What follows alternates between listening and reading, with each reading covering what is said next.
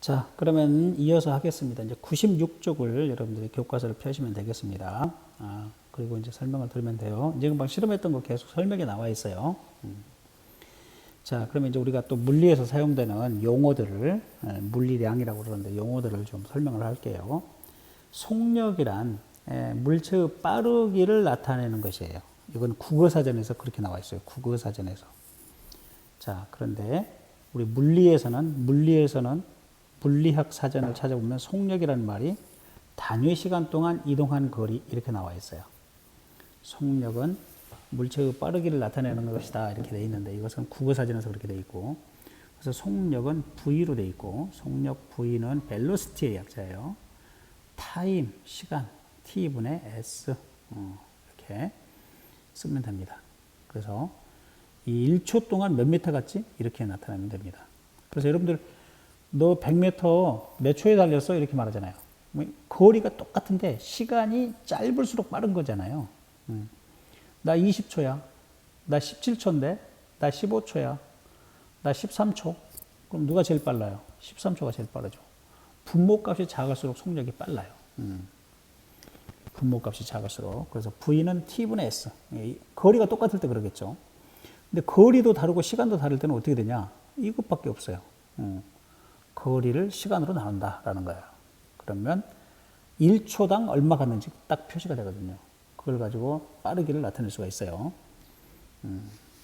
100m 달리기라고 하는 것은 100m라고는 이동거리가 딱 정해져 있기 때문에 시간이 작을수록 속력이 빨라요. 그렇게 되겠죠.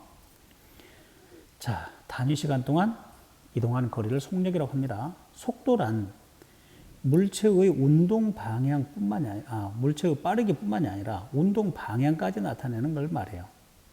그래서 이제 이걸 벡터 성분이라고 그러는데 2학년 때 이제 여러분들 물리 시간에 배우기로 하고요. 속도 V는 이렇게 이제 벡터라고 하는 것은 이렇게 화살표 표시를 했죠. 벡터. V 벡터는 T분의 S 위에다가 이렇게 표시하는 걸 벡터라, S 벡터. 그러면은 속도는 시간분의 변위 이렇게 되겠어. 변위. 디스플레이스먼트라고 그래요. 변위. 속도. 그리고 이제 벡터 성분이다. 그래서 이제 2학년 때 공부하도록 합니다. 그 다음에 등속도 운동이라고 하는 것은 여기서 이제 속도는 일직선 방향일 때는 방향이 필요가 없어요. 이렇게 한쪽 방향으로만 이렇게 있을 때 직선 운동일 때는. 그래서 이제 등속도 운동이란 속도가 똑같은 걸 말해요. 그래서 방향도 일정하고, 그래서 물체의 빠르기도 변하지 않고 또 방향도 변하지 않아. 이런 것을 등속도 운동이라고 그래요. 빠르기도 변하지 않고 운동 방향도 변하지 않아. 일정해. 그러면은 이걸 등속 직선 운동이라고 그래요. 어쩔 때 등속 운동한다고? 힘이 작용하지 않을 때. 자, 힘이 작용하더라도 힘의 합력이 0일 때 그래요. 그래서 여러분들이 이제 기차를 타고 가는데 KTX를 타고 가는데 KTX가 300km/h로 똑같이 가고 있어. 그러면 이쪽으로 300km/h로 가고 있어. 일정한 속도로 가고 있어. 그러면 기관차가 이쪽으로 똑같은 힘으로 지금 기관차가 막 끌어당겨요. 그런데 또 이쪽으로 마찰력이 작용을 해요. 공기의 저항과 마찰력이. 그래서 이 힘과 마찰력과 이 끌어당기는 힘이 같으면 어떻게 되냐? 정지해야 되죠. 아니에요. 등속운동이에요. 계속 등속운동이에요. 기차가. 그래서 시속 300이다고 그래서 기관차가 엔진을 끄거나 그러진 않잖아. 엔진을 꺼버리면 요 힘이 없으니까 어떻게 돼? 마찰력만 작용해서 언젠간 정지하죠. 자, 그래서 등속도 운동을 할 때는 이쪽으로 잡아다니는 힘과 이쪽으로 잡아다니는 힘이 같을 때, 합력이 같을 때, 알짜 힘이 같으면, 알짜 힘이 0이면 어떻게 된다? 등속도 운동을 한다. 등속도 운동. 그래서 등속 직선 운동이라고 그래. 그걸 등속도 운동. 자, 또 이제 공부할까요? 가속도라고 하는 것은 뭐냐? 속도가 변하는 걸 말해요. 물체의 속도가 시간에 따라 변하는 정도를 나타내는데, 자, 단위 시간 동안 속도의 변화량을 나타낸다. 그래서 가속도는 T분의 델타 V 이렇게. 여기에 삼각형을 읽을 때는 델타라고 읽고요. 해석을 할 때는 변화량이라고 하면 돼요. 그래서 T분의 델타 V 이렇게 쓰는데요. 또 이건 어떻게 쓰냐 하면은 T분의 나중 속도 마이너스 처음 속도 이렇게 써요. 원래는 0, 1, 2, 3이 있으니까 2를 써야 되는데 2를 생략해버려요. 보통 2를 생략해요. 그래서 V1 마이너스 V0 이렇게 써야 되는데 0, 1, 그 다음에 이제 V2가 되겠죠. 또는 T분의 V2 마이너스 V1 이렇게 써도 되고요. 그런데 이 V1을 생략을 해요. 그래서 V 마이너스 V0 T분의 나중 속도 마이너스 처음 속도 이렇게 V 마이너스 V0 이걸 우리는 뭐라고 한다? 액셀러레이션 가속도라고 한다. 자, 이렇게 그러면 가속도 값이 일정하다. 등자가 여러분들 고등학교 올 때 등자하고 똑같아요. 이렇게 등자 같을 등자거든. 등호 수학에서 등호 같은 기호 같다는 기호 이런 거예요. 등호 이퀄. 등자는 가속도 운동, 등가속도 운동은 뭐냐? 가속도가 방향도 변하지 않고 크기도 변하지 않고 아까 등속도처럼 이런 운동이다. 일정한 운동이다. 이걸 등가속도 운동이라고 합니다. 자, 그래서 이제 여러분들 그 교과서 96쪽에 자동차가 나와 있는데요.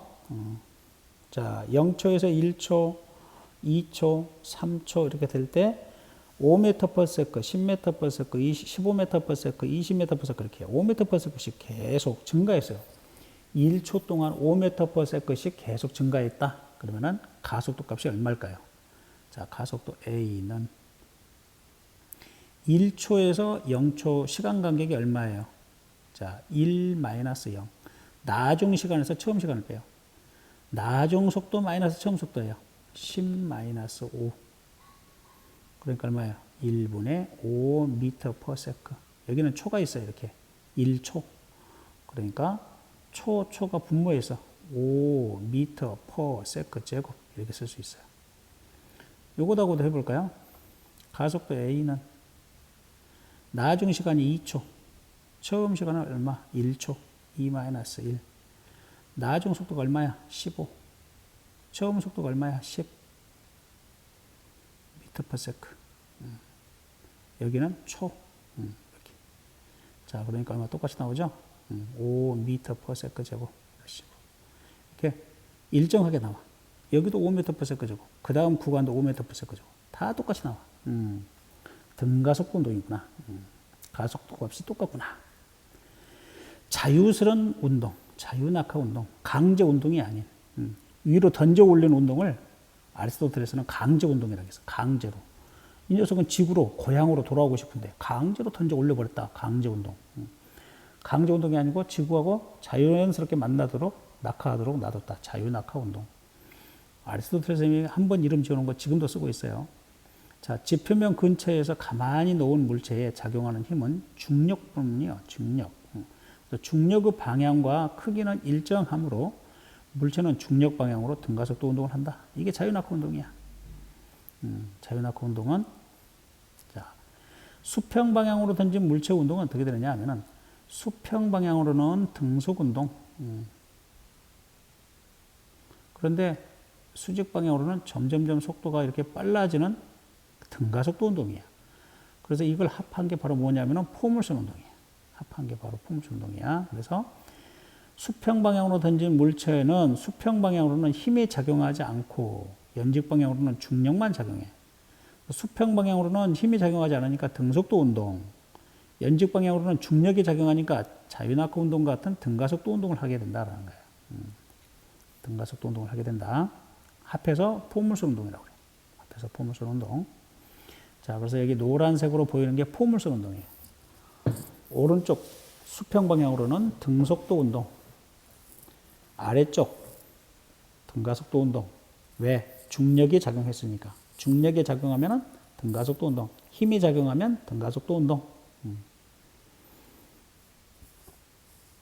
자, 그래서 중력은 항상 움직이든 안 움직이든 일정하게 작용해. 중력. 그래서 수평 방향으로는 그림자를 보세요. 그림자. X축 방향의 그림자를 보니까 점 간격이 똑같죠. 그림자 간격이 등속 운동. 근데 연적 아래 방향 봐보세요. 그림자가 점점 멀어졌죠. 네. 연적 아래 방향으로는 등가속도 운동. 자, 그래서 뉴턴의 사고 실험이라고 되어 있는 게 이제 97쪽에 아까 선생님이 설명을 했는데요. 물체를 수평 방향으로 특정한 속력으로 던지면 물체는 계속 떨어지지만 지구가 둥글기 때문에 땅에 닿지 않고 계속 지구 주위를 원운동할 수 있다. 그러면 아까 선생님이 달하고 지구가 서로 잡아당긴다 그랬어요. 그러면 왜 달이 지구로 떨어지지 않지? 그러면 학생들이 대부분 뭐라고 답할까요?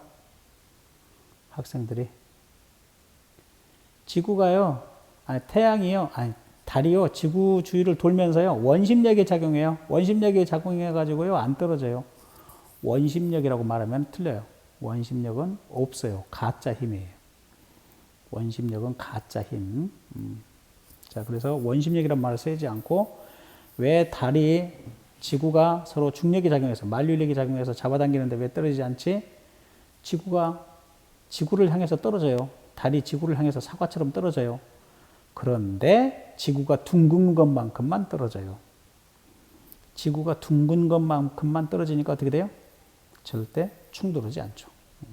그래서 달이 계속 지구를 향해서 떨어지고 있어요. 계속 지구를 향해서 떨어지고 있는데 안 붙어요. 충돌하지 않아요. 그런 뜻입니다.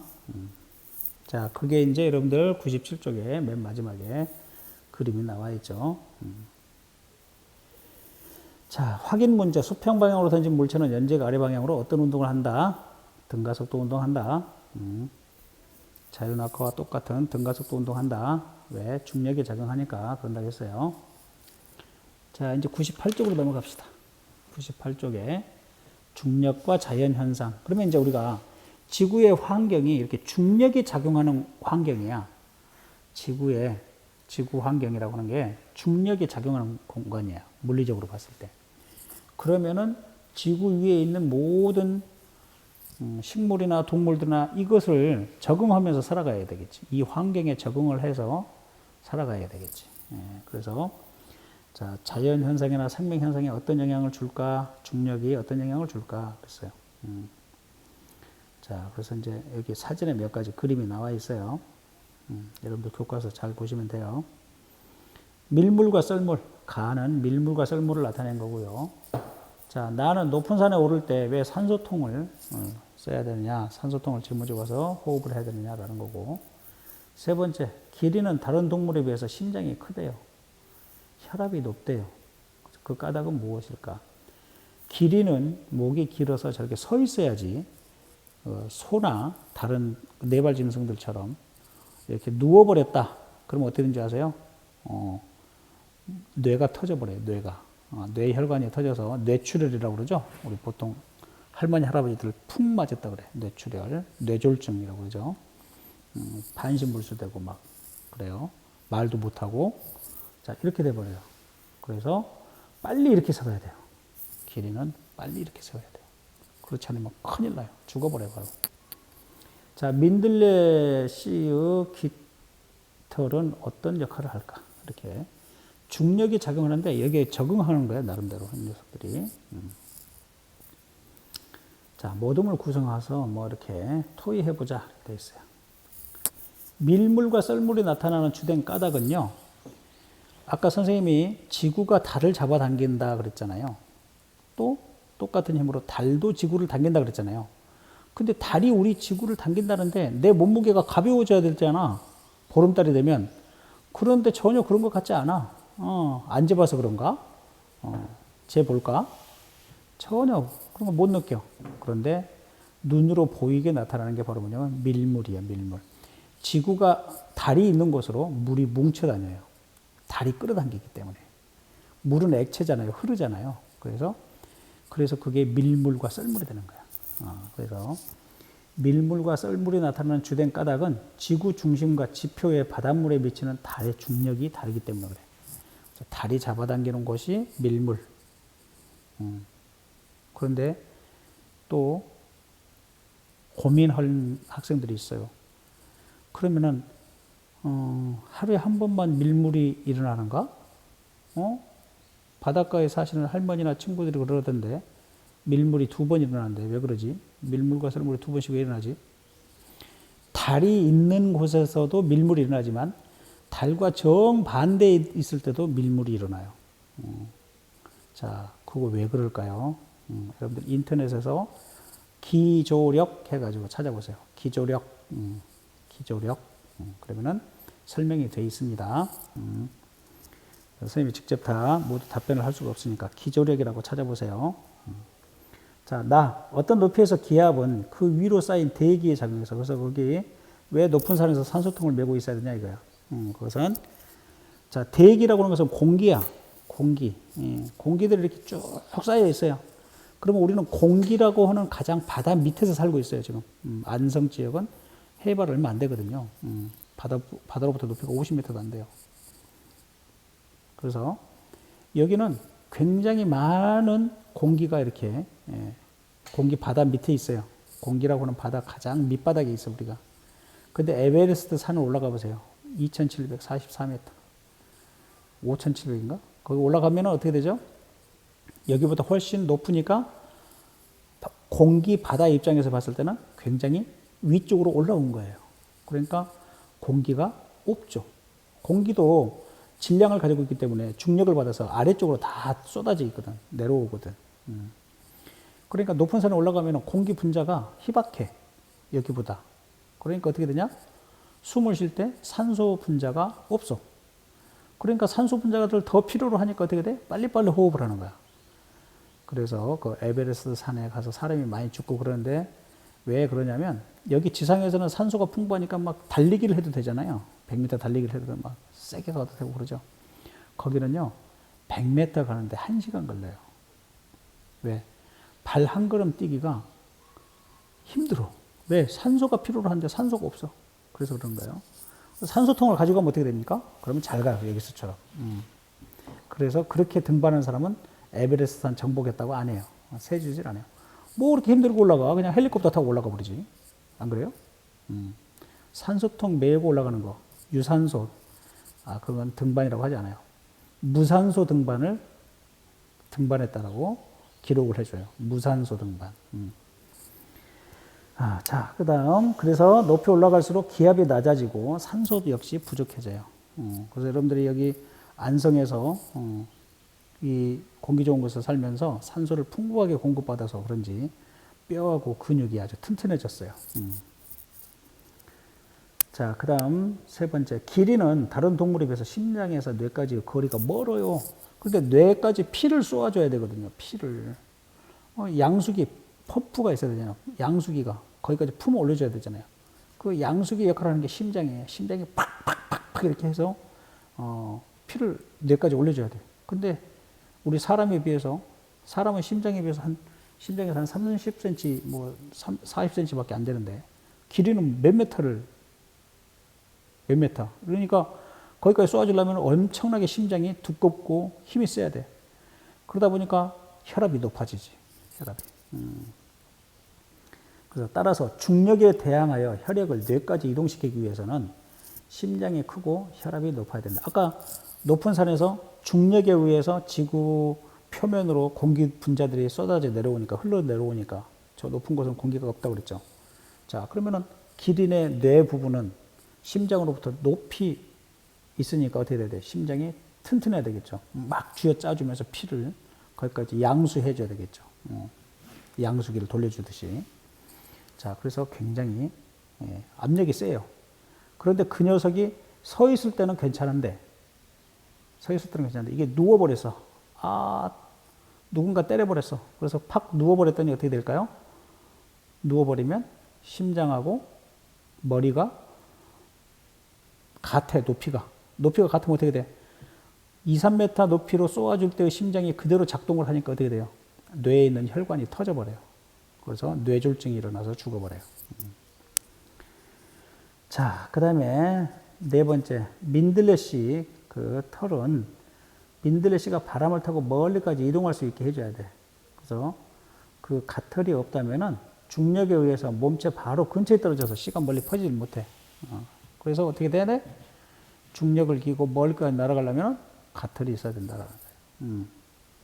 자, 그래서 중력에 의해서 이렇게 다 환경에 적응하면서 모든 게 살아가더라라는 거예요. 자, 그래서 우리 주변의 자연현상이나 생명현상 중 중력의 영향으로 설명할 수 있는 사례를 추가로 해보자. 뭐 여러분들 뭐 높이뛰기, 또 뭐 그 지난번에 스키점프, 올림픽 했을 때 보니까 이거 다 뭐 중력과 관계가 있는 거죠. 누가 더 멀리 높이 뛰냐, 뭐 멀리 가냐, 뭐 이런 거였잖아요. 그래서 이제 또 다른 것으로는 뭐냐면은 대류 현상. 공기나 물과 같은 유체가 가열되어서 온도가 높아지면 부피가 팽창하여서 부피가 팽창하면 밀도가 작아져요. 질량은 그대로인데 부피가 커지니까. 자, 여기다 써볼게요. 밀도는 부피분의 질량이야. 그래서 부피가 커져 버렸어. 부피가 커지면 어떻게 돼? 질량은 그대로인데 밀도가 작아지죠. 부피가 커지면 밀도가 작아지면 어떻게 되냐? 위로 떠오르는 거야. 위로 떠올라. 그래서 다른 주변의 유체에 비해서 상대적으로 가벼워져요. 그러면 가벼워진 유체는 같은 부피에 비해서 받는 지구 중력이 작아져서 위로 올라가게 돼요. 반대로 온도가 낮아서 무거운 유체는 아래로 내려와요. 그래서 여러분들 라면 끓일 때 봐보세요.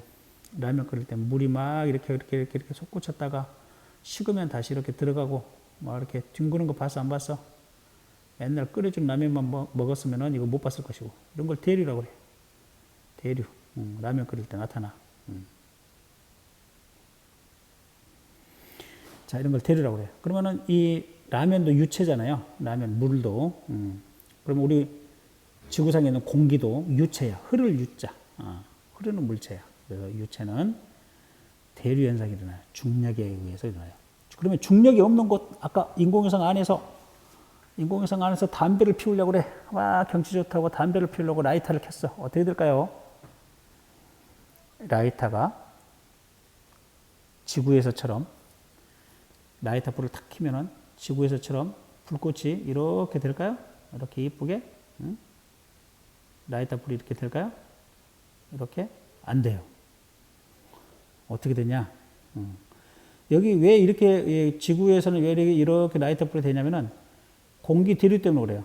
자, 여기서 차가워진 공기가 이렇게 올라가서 불에 닿으면 뜨거워지죠? 그래서 색이 올라가, 이렇게. 대류가 일어나요.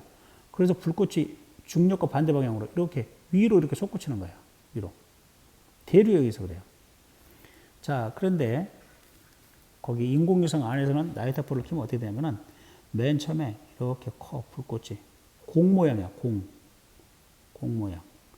그래가지고 여기에서 여기 있는 산소가 다 타버려서 그래서 줄어들어. 공 모양이 줄어들어. 더 줄어들어. 이렇게. 그래서 공 모양이 처음에는 야구공만 했다가 두 번째 탁구공만 했다가 그 다음에 세 번째 콩알만 해줬다가 탁 꺼져버려요. 왜? 산소가 없으니까. 그래서 인공위성에서는 불이 점점 이렇게. 그래서 지구에서처럼 모양이 이런 모양, 길게 이렇게 풍부하게 이런 모양이 안 돼요. 이런 모양이 안 되고 이렇게 공 모양이다라는 거예요. 여러분들 뭐 안 가봤으니까 모르는 거 당연한 거 아니에요. 이러지 말고 생각을 좀 하면서.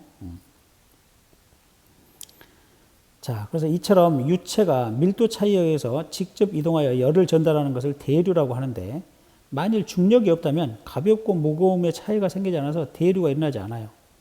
그래서 인공위성에서는 대류가 일어나지 않아요. 뜨거운 곳과 차가운 곳이 그대로 있어요.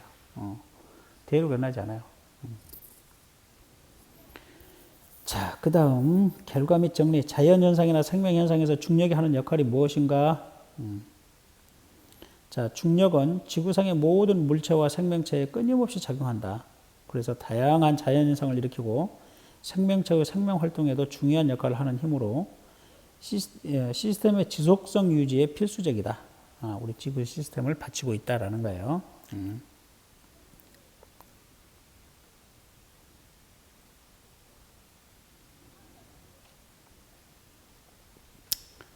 자, 그러면은 중력과 자연현상 들어가기 전에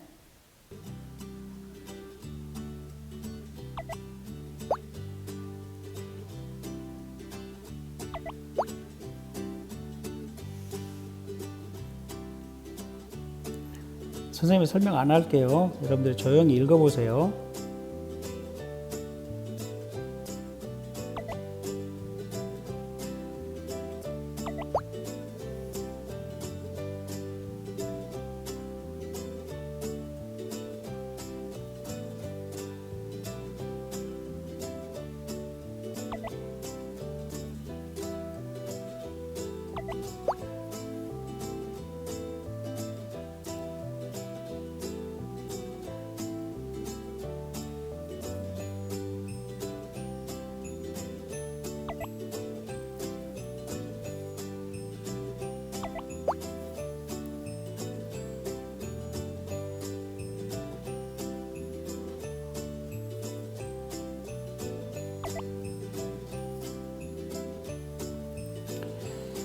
자, 그래서 결론은 중력은 지구상의 모든 물체와 생명체에 끊임없이 작용하여 다양한 자연 현상을 일으키고 생명체의 생명 활동에도 중요한 역할을 하는 힘으로 시스템의 지속성 유지에 필수적이다라는 거예요. 자, 그래서 이제 중력과 자연 현상을 보면은 중력은 대기의 구성 성분, 대류 현상, 기상 현상 등의 지구 시스템에 영향을 주게 된다라는 거예요. 지구 시스템에. 그다음에 중력은 생명체의 몸 구조와 생활 방식 등의 생명 시스템에도 영향을 줍니다. 아까 기린 같은 경우. 자, 그다음에 이제 마지막으로 99쪽에 확인이 있어요. 달에는 대기가 없다. 그 까닭은 무엇인가? 달에는 대기가 없는데 중력과 관계가 있을 것 같은데 중력과 관계지어서 설명을 해야 할 것 같아요. 달에는 이 공기를 붙잡을 수 있을 만큼의 큰 중력이 아니야. 우리 지구 중력의 6분의 1밖에 안 돼서 공기 분자들을 붙잡아둘 만큼 큰 중력이 아니야. 그래서 공기 분자들이 어떻게 될까요? 우주 공간으로 날아가 버렸어요.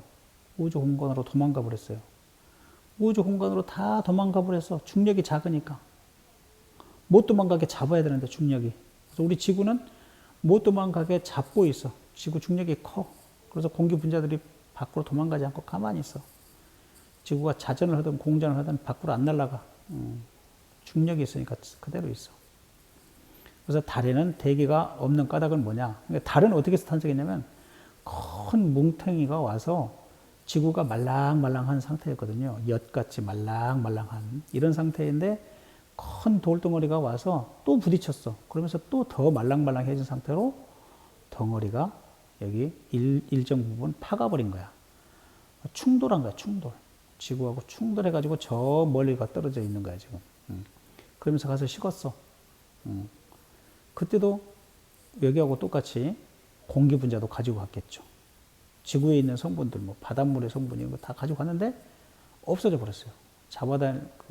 그놈들이 우주 공간으로 도망가는데 그걸 잡아둘 만한 중력이 없는 거야. 자, 그래서 달은 지구에 비해서 중력이 훨씬 작아서 대기를 구성하는 기체 성분들이 달에 잡혀 있지 못하기 때문에 달은 공기가 없다라는 거예요.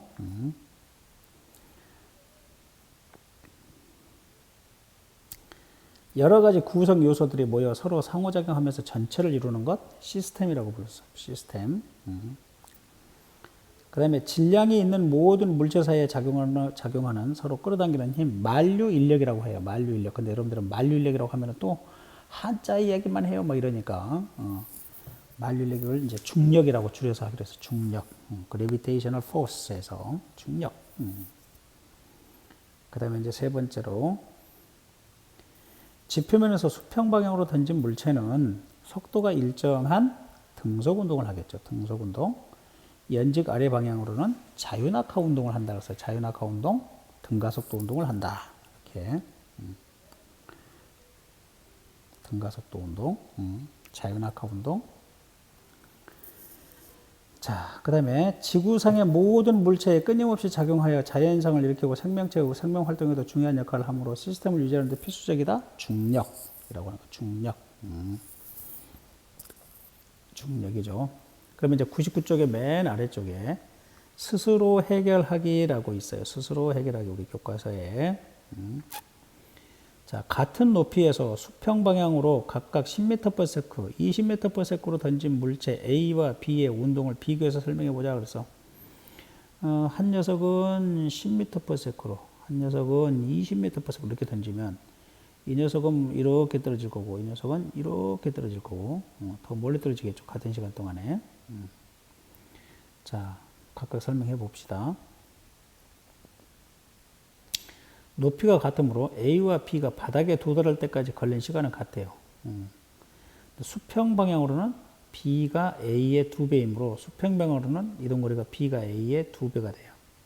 수직 방향으로는 똑같은 거리 떨어지는 거고 똑같은 시간 동안.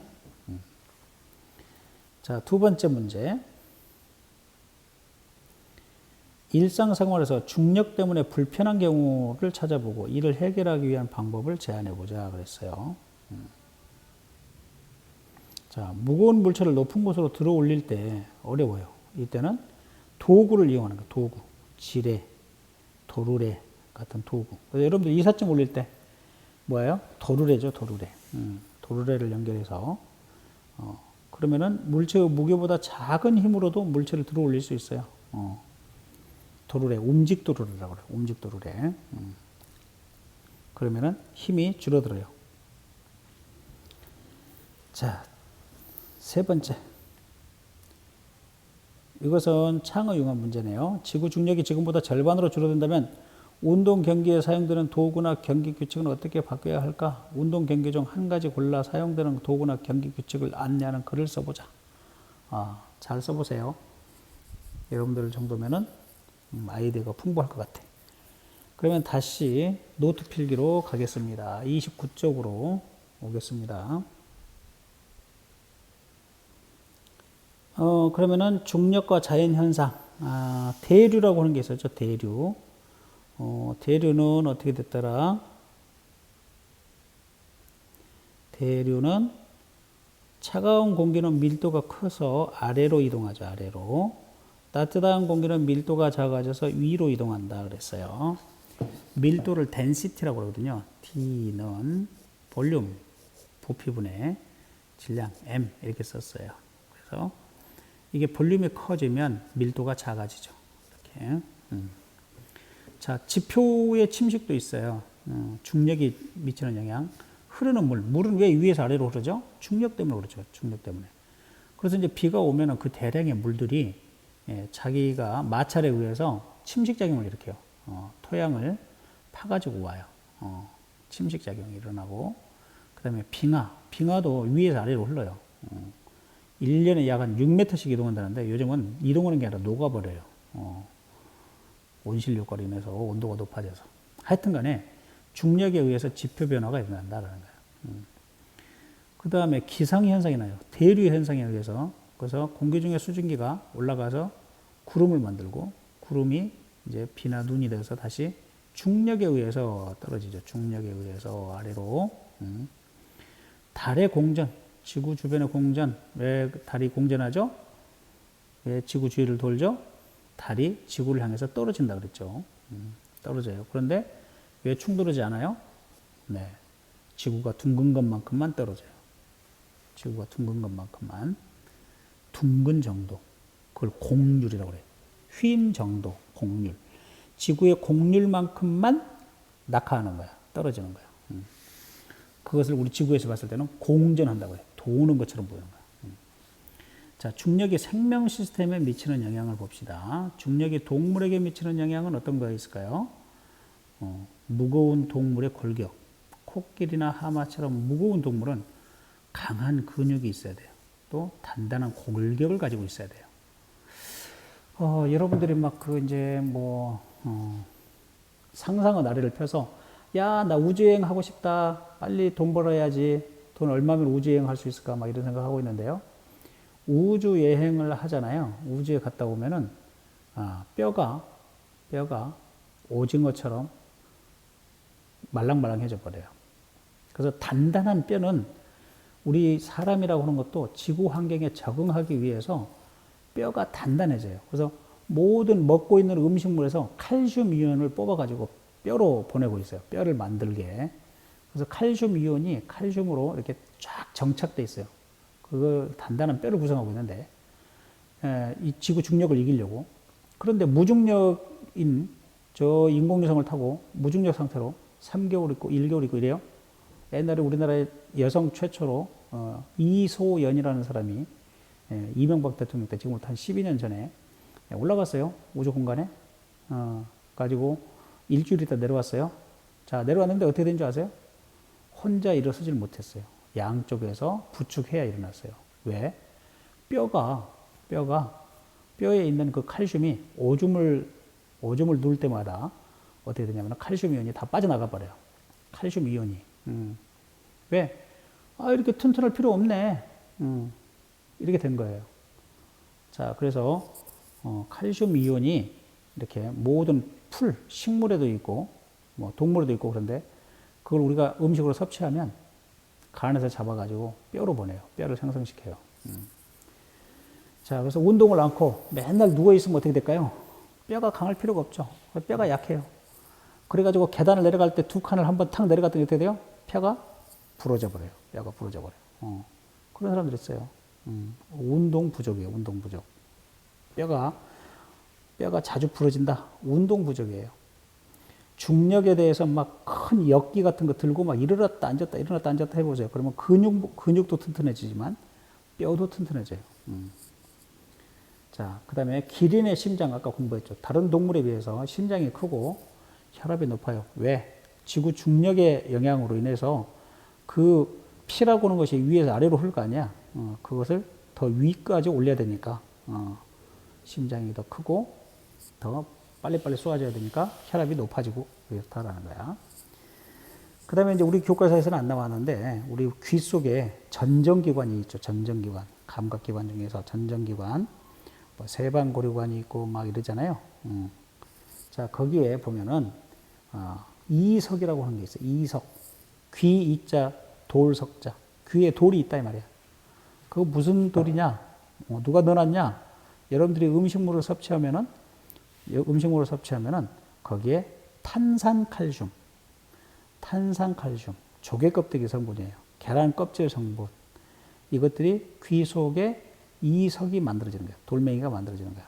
탄산칼슘이. 자, 그 녀석이 굴러다녀. 그러면서 내가 지금 앉아있는지, 누워있는지, 이렇게 옆으로 비스듬히 기대어 있는지, 이런 것을 어떻게 느끼느냐? 그 돌멩이가 굴러가서 거기에 선모라고 있어. 작은 털을 지그시 누르면, 이쪽을 누르면 내가 비스듬히 있고, 이렇게 쓰면 반드시 있고, 내가 지금 누워있고 하는 것을 뇌가 감지하게 된다는 거야. 이석. 이놈이 중력 감지예요. 중력을 감지하고 몸의 평형을 유지하고 내가 지금 자세가 안 좋군. 이렇게 하시는 거죠. 자, 그 다음에 이제 중력이 식물에게 미치는 영향도 있어요. 우리 교과서에서는 없는데 다른 교과서에서는 이렇게 자세하게 설명이 됐나 봐. 자, 세포벽이라고 하는 게 있어요. 식물 세포에만 있어요. 동물 세포는 세포막이 있죠. 말랑말랑. 여러분들 김치를 먹으면 사각사각 소리 나와요. 이 식물에서만 있는 그게 바로 뭐냐면 세포벽이 깨지는 소리예요. 세포벽. 자, 이게 세포라고 하는 녀석이 중력으로 인해서 생기는 그 무게를 지탱해야 돼. 자, 그럼 여러분들 지금 옆에 보면 나무나 식물들이 있는데 그 식물들의 세포가 굉장히 작은데 그 뿌리에 가까이 있는 녀석 봐봐. 그 위로 계속 세포들이 쌓여 있는데 그것들을 어떻게 지탱하고 있겠어? 지탱해야 되니까 세포벽이 있어야지. 세포를 보호하기 위해서. 그렇지 않으면 깨져버려. 자, 여러분들 위로 사람이 10,000명만 올라가 봐. 10,000명. 그럼 어떻게 될까? 터져버리죠. 배가 터져버리고 뭐가 터져버리고 다 피부도 터져버리고. 그런데 식물들 봐봐. 식물 세포를 자기 세포 위에 10,000개만 있어요? 아니에요. 수천만 개가 있어요. 그러다 안 깨져요. 그 이유가 왜 그렇다? 세포벽이 있다라는 거예요. 그래서 그 무게를 지탱해요. 위에서 누르는 힘도 지탱을 해줘요. 자, 그래서 높이 자랄 수 있게 해줘요. 나무가 야, 나를 딛고 더 높이 세포를 만들어서 올라가. 이렇게 해서 나무가 쭉쭉쭉쭉 커지는 거죠.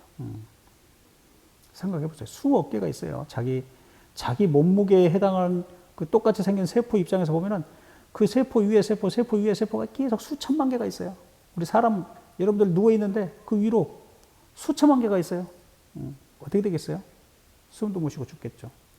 우리는 세포벽이 없어요. 세포막만 있을 뿐이에요. 자, 식물의 뿌리와 줄기도 한번 볼까요? 중력 방향으로 뿌리가 내리고요. 반대 방향으로 줄기가 뻗어나가요. 그래서 이제 중력 방향으로 뭐 이거 휜다, 뭐 휘지 않는다, 뭐 이렇게 이제 말하는 게 있어요. 굴성이라고, 굴성.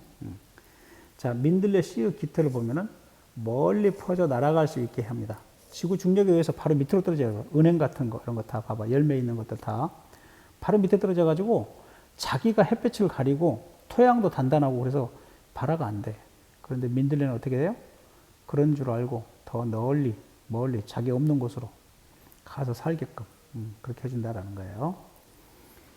자, 그래서 여러분들 이제 99쪽까지 진도가 끝났고요. 다음 파일에서 100쪽부터 나가도록 하겠습니다. 자, 오늘 수고하셨습니다. 바이바이.